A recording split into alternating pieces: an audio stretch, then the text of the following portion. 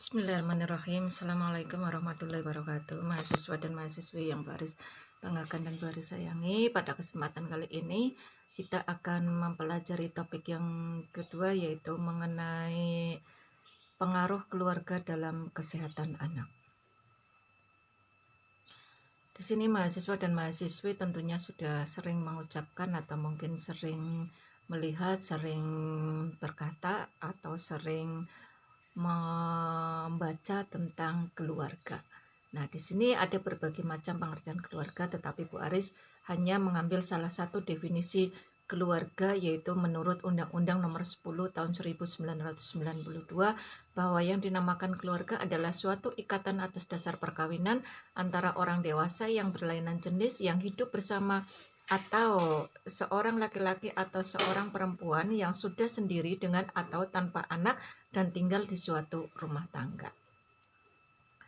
Kemudian untuk fungsi keluarga menurut Siswanto, di sini ada beberapa fungsi, diantaranya ada fungsi reproduksi, yaitu apabila dalam sebuah keluarga mempunyai fungsi reproduksi adalah diharapkan nantinya mempunyai keturunan untuk melanjutkan keluarganya. Yang kedua adalah fungsi sosialisasi, bahwa dalam sebuah keluarga nantinya akan tergabung antara satu orang dengan orang yang lain, antara ayah, ibu, anak.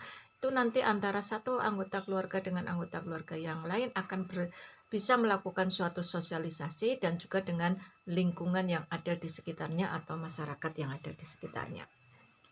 Kemudian yang ketiga adalah sebagai pertumbuhan individu, bahwa di dalam fungsi keluarga di sini diharapkan nantinya juga akan bisa melakukan suatu fungsinya untuk pertumbuhan dan perkembangan daripada individu, baik itu bagi anaknya atau mungkin bagi ayah ataupun ibunya.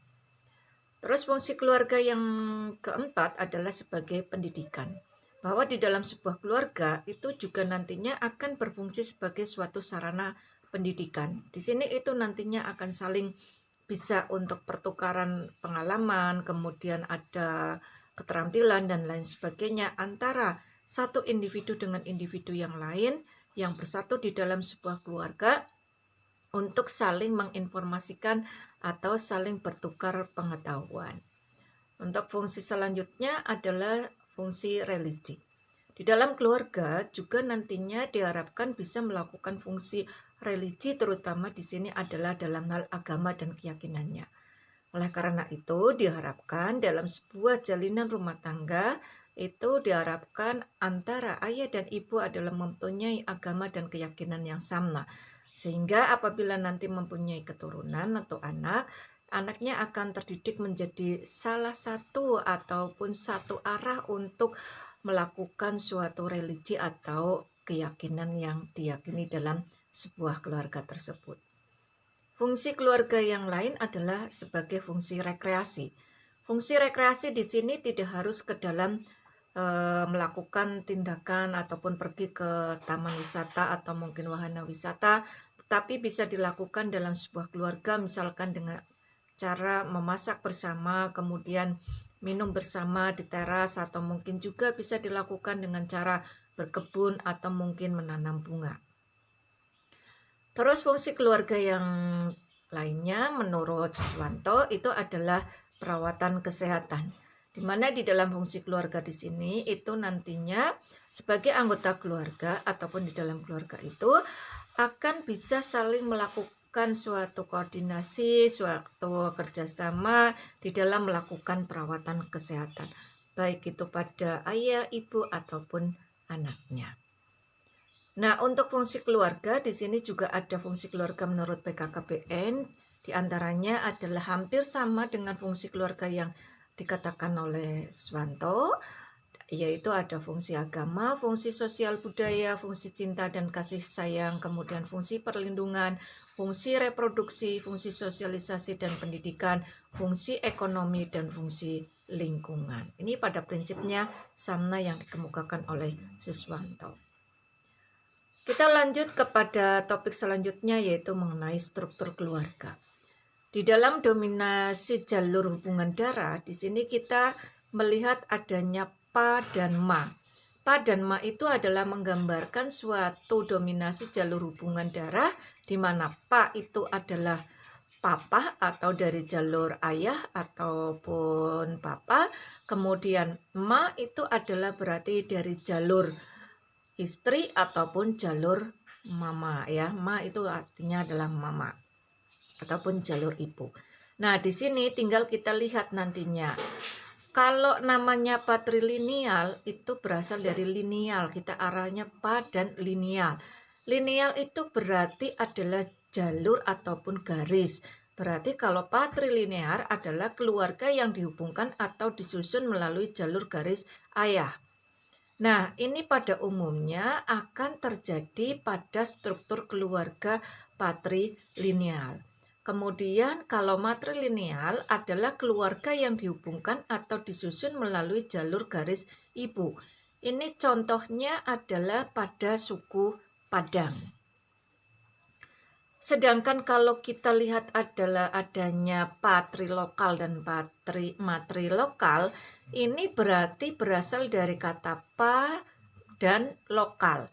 Pa itu adalah keberadaan tempat tinggal satu keluarga yang tinggal dengan keluarga sedarah dari pihak suami. Sedangkan matrilokal itu adalah keberadaan tempat tinggal satu keluarga yang tinggal dengan keluarga sedarah dari pihak istri. Dominasi pengambilan keputusan yang lain itu adalah berasal dari keluarga ayah dan keluarga ibu ataupun istri.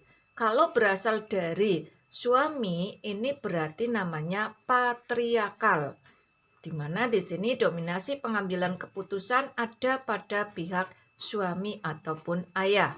Sedangkan untuk matriarkal itu adalah dominasi pengambilan keputusan ada pada pihak istri. Dengan demikian dapat kita simpulkan bahwa untuk dominasi di dalam hubungan keluarga di sini kita bisa melihat kalau pa berarti berasal dari keluarga suami atau ayah, ma berarti berasal dari dominasi ibu atau istri atau ma itu berarti mama. Kita lanjutkan kepada peran ayah. Nah, peranan di dalam sebuah anggota keluarga kita lihat dari satu persatu, yaitu adanya peran ayah, peran ibu, dan peran anak. Untuk peran ayah ini dari beberapa ahli itu mengatakan bahwa diantaranya adalah sebagai sex partner. Bahwa kalau dalam sebuah rumah tangga ataupun keluarga apabila sudah menikah, maka sebagai sex partner adalah seorang ayah itu adalah istrinya, bukan orang lain. Jadi di sini adalah kalau sudah menikah berarti istrilah yang menjadi sex partner di dalam keluarganya. Kemudian ayah juga mempunyai peranan sebagai pencari nafkah. Nah, sebagai pencari nafkah yang utama di sini itu diharapkan nantinya sebagai seorang ayah adalah mencukupi kebutuhan keluarga, baik itu kebutuhan istri, kebutuhan anak, ataupun kebutuhan dirinya sendiri. Nah, di sini peranan ayah sangatlah penting supaya keluarganya nantinya bisa tercukupi kebutuhannya sehingga akan menjadikan sebuah keluarga yang sehat. Yang ketiga adalah peran sebagai seorang ayah, yaitu sebagai pendidik. Nah, dalam hal ini sebagai seorang pendidik diharapkan seorang ayah itu jangan sampai nantinya justru mendidik kepada putra-putrinya memberikan contoh didikan yang kurang baik. Sebagai contoh yang mudah adalah di sini dalam hal pendidikan. Itu diharapkan nantinya putra-putrinya kalau pendidikan ayahnya itu misalkan hanya lulusan SD, ya diharapkan nantinya mendidik putra-putrinya melebihi pendidikan yang ada di pendidikan ayah. Misalkan aja satu tingkat di atasnya yaitu SMP. Atau syukur-syukur sampai ke jenjang perguruan tinggi ataupun juga untuk jenjang pendidikan yang lebih tinggi lagi. Peranan yang selanjutnya sebagai seorang ayah yaitu sebagai tokoh dan identifikasi anak. Sebagai tokoh di sini itu diharapkan seorang ayah itu adalah mempunyai peranan atau sebagai gambaran tokoh yang baik. Misalkan aja adalah di sini itu mempunyai peranan tokoh yang misalkan aja sebagai tokoh yang mampu untuk arif dan bijaksana di dalam keluarganya, atau mungkin juga tokoh yang lain sebagai pelindung di dalam keluarganya dan sebagainya. Nah, inilah merupakan peran-peran ayah yang perlu diperhatikan supaya nantinya dalam kehidupan berkeluarga itu bisa berjalan dengan harmonis. Untuk peranan yang lain adalah sebagai pembantu pengurus rumah tangga. Nah, di sini ayah juga sesekali bisa sebagai pembantu pengurus rumah tangga di dalam peranannya. Misalkan aja membantu menyapu, mengepel, mencuci baju, atau mencuci piring, membersihkan rumah, dan lain sebagainya. Dengan demikian, kerjasama yang dilakukan sebagai seorang peranan ayah, ini nanti diharapkan akan membantu peranan istri untuk bisa menjaga rumah tangganya supaya bisa tertata dengan baik, kemudian rapi, bersih, dan indah. Di samping itu juga peranan dari orang tua sebagai seorang ayah ini dikemukakan juga oleh Ngalim Purwanto, diantaranya adalah sebagai sumber kekuasaan dalam keluarga, penghubung intern antara keluarga dengan masyarakat dan dunia luar, memberi rasa aman bagi seluruh anggota keluarga, pelindung terhadap ancaman dari luar, kemudian hakim atau yang mengadili jika terjadi perselisihan, dan juga sebagai pendidik di dalam segi-segi rasional. Kemudian untuk peranan ibu, di sini ada beberapa peranan ibu, diantaranya adalah sebagai ibu dan juga sebagai pendidik. Sebagai ibu dan pendidik ini diharapkan juga bisa menjadikan contoh bagi keluarganya supaya nantinya keluarga menjadikan keluarga yang baik. Terus peranan yang selanjutnya yaitu sebagai pengatur rumah tangga. Sebagai seorang ibu juga harus bisa melakukan bahwa di dalam keluarganya itu bisa diatur untuk kehidupan sehari-harinya, baik di dalam kebersihan, kerapian, atau mungkin juga di dalam perekonomiannya untuk mencukupi kebutuhan sehari-harinya atau mengatur menu untuk kecukupan makanan dalam keseharian. Peran ibu yang lain tak kalah pentingnya adalah sebagai partner hidup. Kalau di dalam sebuah rumah tangga sudah memutuskan untuk menikah, maka jadilah seorang ibu. Apabila seorang ibu sudah terbentuk di dalam sebuah keluarga, maka hanya sebagai partner di dalam hidupnya adalah suaminya. Karena kalau sudah berani melangkah kepada jenjang pernikahan, berarti sudah hanya melangkah dengan partnernya saja di dalam suatu kehidupannya. Ada juga untuk peran dari seorang ibu yang menurut Ngalim Purwanto itu adalah diantaranya ada sebagai sumber dan pemberi rasa kasih sayang, pengasuh dan pemelihara, tempat mencurahkan isi hati, pengatur dalam kehidupan berumah tangga, pembimbing hubungan pribadi, kemudian pendidik dari segi-segi emosional, dan juga untuk melakukan suatu peranan di dalam mengasuh dan mendidik anak-anaknya sebagai pelindung, sebagai anggota kelompok sosial, tetap sebagai anggota masyarakat dari lingkungannya. Di samping itu juga sebagai pencari nafkah tambahan dalam keluarganya. Nah, di sini untuk peranan ibu dalam hal pencari tambahan nafkah keluarga itu apabila diizinkan oleh seorang suami. Apabila sudah terpenuhi kecukupan kebutuhan keluarganya, itu ya seorang ibu tidak perlu melakukan mencari nafkah tambahan untuk kebutuhan keluarganya karena dari suaminya sudah diberikan nafkah dengan cukup. Selanjutnya untuk peran anak. Nah, dalam hal ini peranan seorang anak itu harus melaksanakan peranan dalam hal psikososial sesuai dengan tingkat perkembangannya baik fisik, mental, sosial, dan spiritualnya. Jadi di sini itu anak akan berperan sendiri-sendiri sesuai dengan tingkatan perkembangannya baik secara fisik, mental, sosial, ataupun spiritualnya. Fisik contohnya aja adalah dalam hal pertumbuhan dan perkembangan badannya. Mental misalkan aja adalah dalam hal kematangan berpikirnya.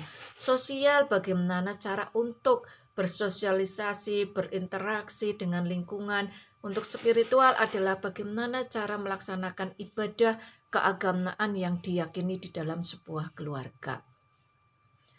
Kita lanjut ke topik yang selanjutnya adalah hubungan keluarga. Hubungan keluarga merupakan suatu ikatan dalam keluarga yang terbentuk melalui masyarakat. Nah, di sini ada 3 jenis hubungan keluarga yang dikemukakan oleh Robert R. Bell, di mana di situ disebutkan bahwa di sini ada 3 hubungan, yaitu kerabat dekat, kerabat jauh, dan orang yang dianggap kerabat. Kalau kerabat dekat, yaitu terdiri dari individu yang terikat dalam keluarga melalui hubungan darah sebagai hubungan antar orang yang satu dengan orang yang lain, kemudian juga adopsi, dan juga adanya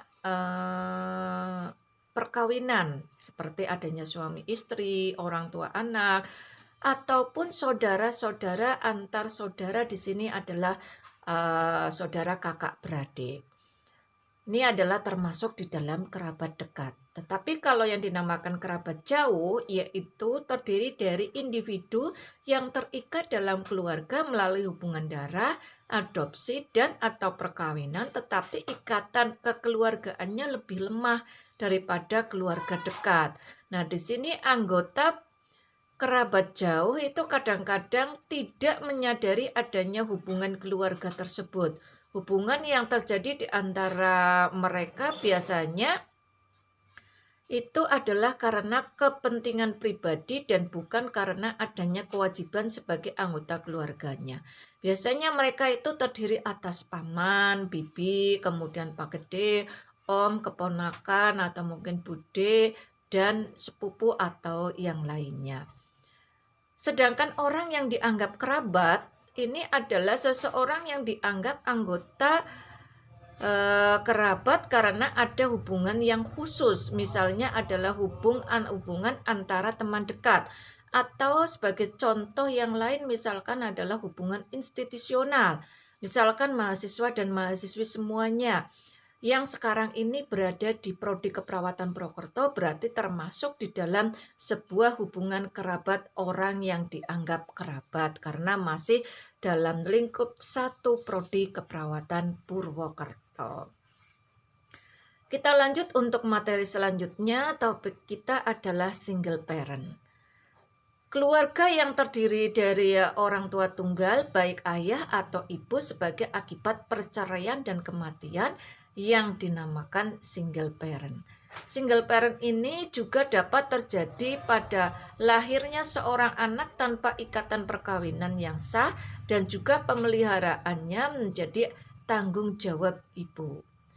Keluarga single parent ini dapat diakibatkan oleh adanya perceraian, kematian orang tua angkat, dan orang tua yang berpisah tempat tinggal atau belum bercerai. Nah, dalam hal ini adalah orang tua yang satu dengan yang lain belum ada perceraian tetapi mereka sudah berpisah. Ini masuk di dalam kategori single parent.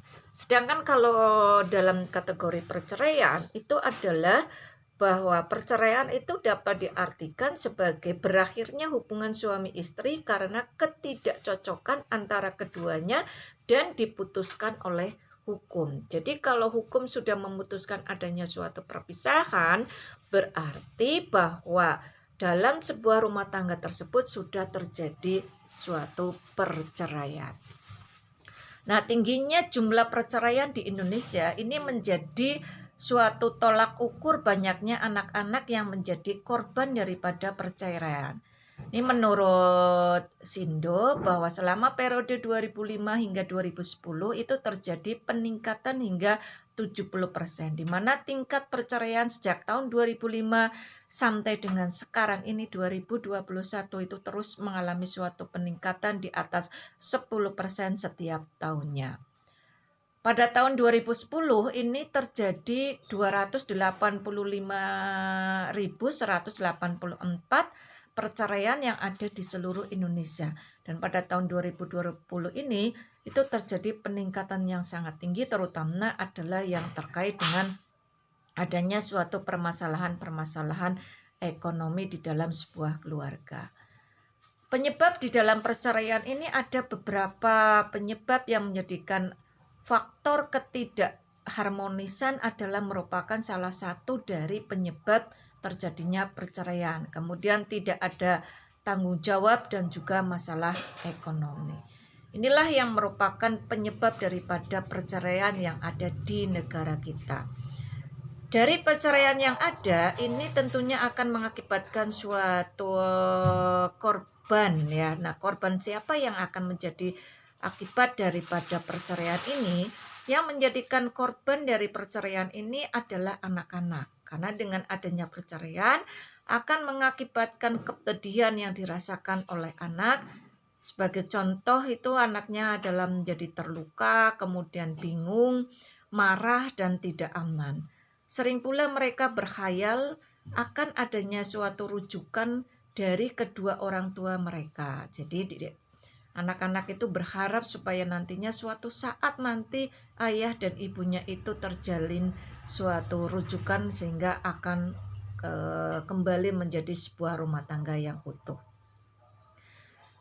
Terus di dalam realita kehidupan ini diduga bahwa banyak anak dari keluarga yang bercerai ini adalah memiliki sikap bandel, kemudian nakal, pesimis, penakut, dan tidak konsentrasi di dalam menerima pelajaran. Baik itu di sekolah atau mungkin di perguruan tinggi ya.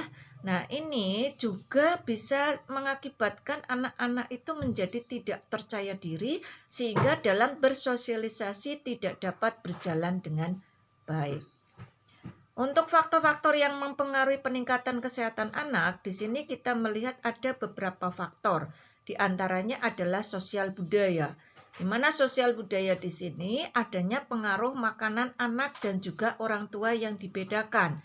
Kalau dulu itu makanan anak dan orang tua itu dibedakan. Orang tua itu harus lebih baik, lebih enak dan lain sebagainya. Tapi kalau sekarang ini mengenai sosialisasi terhadap makanan yang ada terkait dengan sosial budaya bahwa makanan antara orang tua dengan anak itu tidak boleh dibedakan. Karena apa? Mereka punya kebutuhan, punya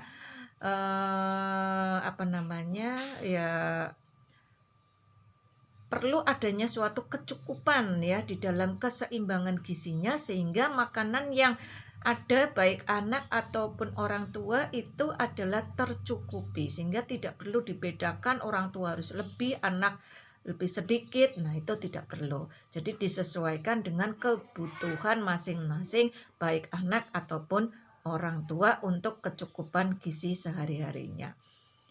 Faktor yang mempengaruhi peningkatan kesehatan yang lain adalah faktor ekonomi. Di sini adalah terutama kemiskinan. Karena dengan adanya kemiskinan ternyata juga akan mempengaruhi di dalam penghasilan keluarga. Di mana dengan adanya kemiskinan, kecukupan kebutuhan di dalam sebuah keluarga itu akan mengalami penurunan. Kalau kecukupan kebutuhan pangan di dalam keluarga mengalami suatu penurunan, ini bisa sebagai faktor yang mempengaruhi di dalam peningkatan kesehatan anak. Karena anak-anak itu akan memperoleh kecukupan gizinya menjadi kurang. Yang selanjutnya adalah herediter atau penyakit keturunan. Di dalam sebuah keluarga bahwa penyakit keturunan itu juga merupakan faktor terhadap peningkatan kesehatan anak, di mana untuk faktor herediter atau penyakit keturunan ini yang mempengaruhi terhadap peningkatan kesehatan anak adalah berupa penyakit bawaan seperti ada penyakit jantung, penyakit diabetes mellitus atau kencing manis, penyakit misalkan aja adalah thalassemia, kemudian ada Down syndrome atau mungkin juga retardasi mental dan penyakit-penyakit keturunan yang lainnya. Yang terakhir adalah faktor yang mempengaruhi peningkatan kesehatan anak adalah nilai dan keyakinan. Di sini itu nilai keyakinan terutama adalah anak dengan keluarga vegetarian. Kalau dulu mungkin bahwa dengan adanya keluarga vegetarian itu mengatakan bahwa lebih sehat, lebih baik dan akan panjang umur. Nah, ternyata dengan berjalannya waktu penelitian-penelitian yang ada bahwa dengan adanya keluarga vegetarian saja itu tidak akan mencukupi daripada kebutuhan yang harus dipenuhi oleh seorang anak, terutama adalah mengenai kebutuhan protein hewani, di mana ada protein hewani yang nilai gizinya tidak terdapat di dalam protein nabati. Padahal protein hewani tersebut sangat dibutuhkan bagi anak untuk proses pertumbuhan dan perkembangan.